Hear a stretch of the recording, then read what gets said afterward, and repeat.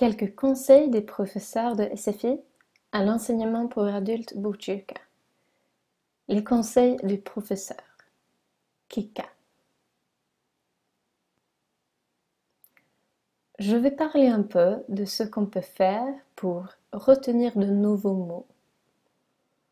Je crois que c'est le plus difficile quand on apprend une langue étrangère. Il y a trop de mots à apprendre et c'est difficile de les retenir. Mais il y a plusieurs techniques qu'on peut utiliser pour retenir. Voilà une technique qui marche pour la plupart des gens. Une fois que vous avez passé en revue un texte avec votre professeur, c'est bien si vous notez des mots sur un papier ou dans un cahier. Là, vous pouvez noter le mot suédois dans une colonne et dans une autre colonne, vous pouvez écrire la phrase dans votre langue. Si vous voulez, ce n'est pas obligatoire. Quand vous avez noté tous ces mots, et il peut en avoir beaucoup, on n'est pas censé apprendre une centaine de mots directement. C'est pas possible. Pour retenir un mot, il faut l'avoir vu au moins 7 fois dans différents contextes. Vous l'avez vu une fois avec votre professeur, quand vous avez travaillé avec le texte. Vous avez vu le mot encore une fois, quand vous l'avez noté dans votre cahier. Maintenant, il faut faire des phrases vous-même pour le retenir. Écrivez des phrases. Choisissez 10 à 20 mots et écrivez vos propres phrases. Vérifiez avec votre professeur pour voir si ces phrases sont correctes.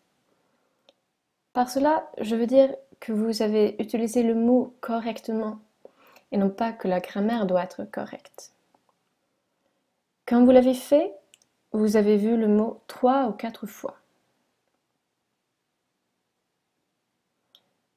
Ensuite, il faut faire des listes encore une fois.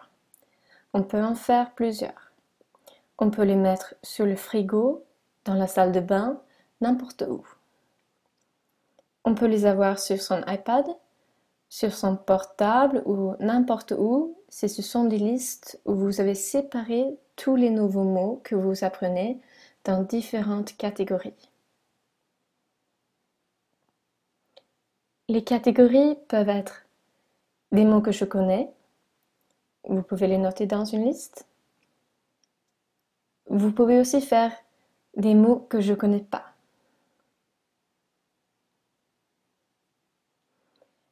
Des mots que je ne vais jamais apprendre, peu importe le temps que je passe à les regarder. Vous pouvez faire une liste pour ça aussi. Je peux vous dire que souvent, on finit par apprendre ces mots.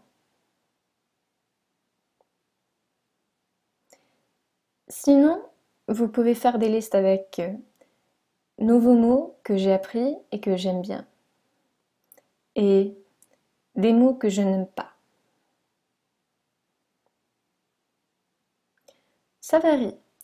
Mais comme ça, vous aurez vu le mot au moins 6 ou 7 fois, sans avoir dû passer des heures à essayer d'apprendre le mot par cœur.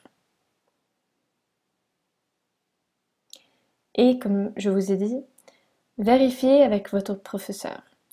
Est-ce que j'ai utilisé le mot correctement? Oui, c'est tout. Bonne chance!